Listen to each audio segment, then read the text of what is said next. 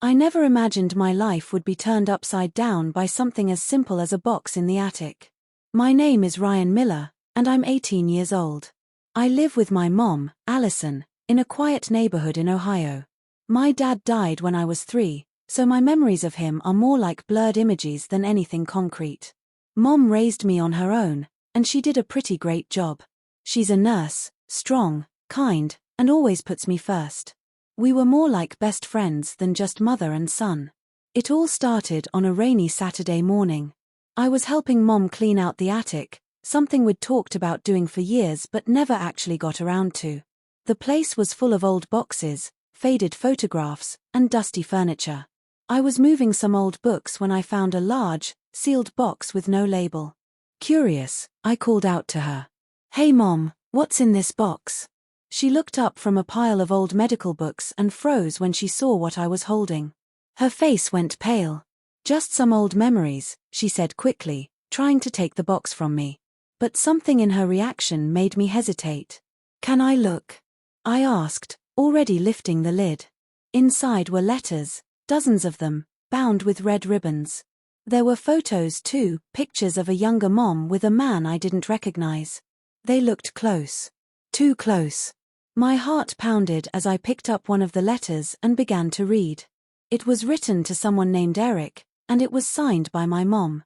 She wrote about missing him, about loving him, about how she wished they could be together. The dates were from years ago, some even before I was born.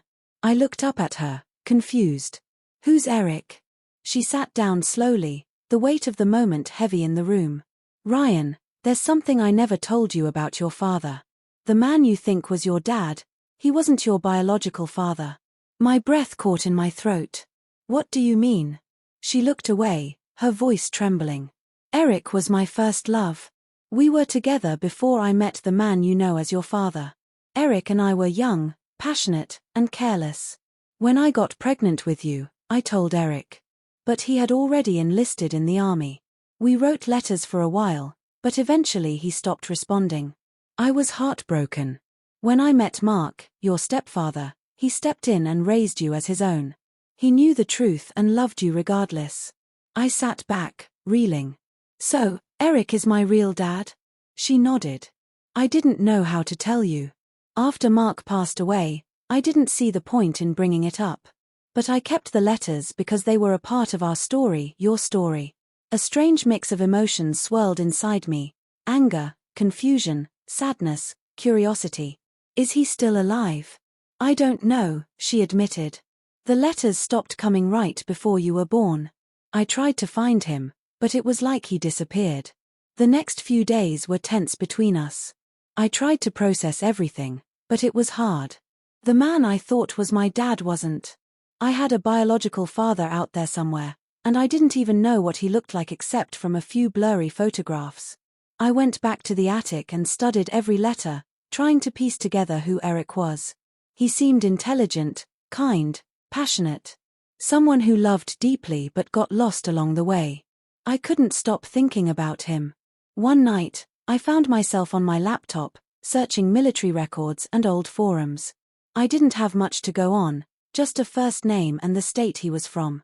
But eventually, I found something, a blog post from a man named Eric Saunders, who mentioned being stationed overseas around the time I was born. His age matched, and he lived in Michigan now. I clicked on a link that led to his photography website. And there he was. He looked older, with gray in his hair and lines on his face, but the resemblance was striking. My jawline. My eyes. I showed Mom, and she gasped. "That's him," she whispered. I wasn't sure what to do next. Contacting him felt like opening Pandora's box. What if he didn't want to know me? What if he had a family of his own? But I couldn't go on not knowing. So, I wrote him a message. "Hi, my name is Ryan Miller. I believe you may be my biological father. I don't want anything from you. I just want to understand where I came from." I didn't tell Mom I'd reached out until after I hit send. She was quiet when I did, but she didn't stop me. "You have every right to know," she said. Days passed without a response. Then one evening, as I was watching TV, my phone buzzed. "Ryan.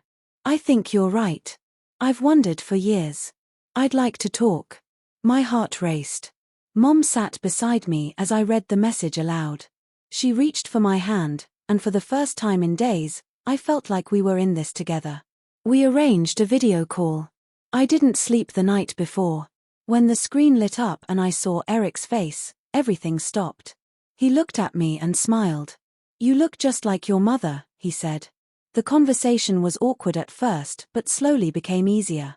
He told me about his life, his regrets, his failed attempts to reconnect. He said he had never stopped thinking about Mom or me. He had a wife now, and 2 kids, my half-siblings. I didn't know what to feel.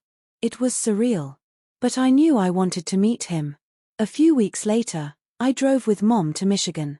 Seeing Eric in person was overwhelming. We hugged, and I felt something inside me shift. Not closure exactly, but maybe a new beginning. Over the next few days, we talked for hours. He showed me his photography, introduced me to his family. His wife, Susan, was kind and welcoming. My half-brother, Jake, was 16 and loved basketball like me. My half-sister, Emily, was only 10 but full of curiosity. Mom stayed in a nearby hotel, giving us space. But she and Eric did talk. I could tell there were still emotions there: regret, gratitude, maybe even a flicker of love, but they were both mature about it. They had moved on in different ways. When we returned home, I felt changed.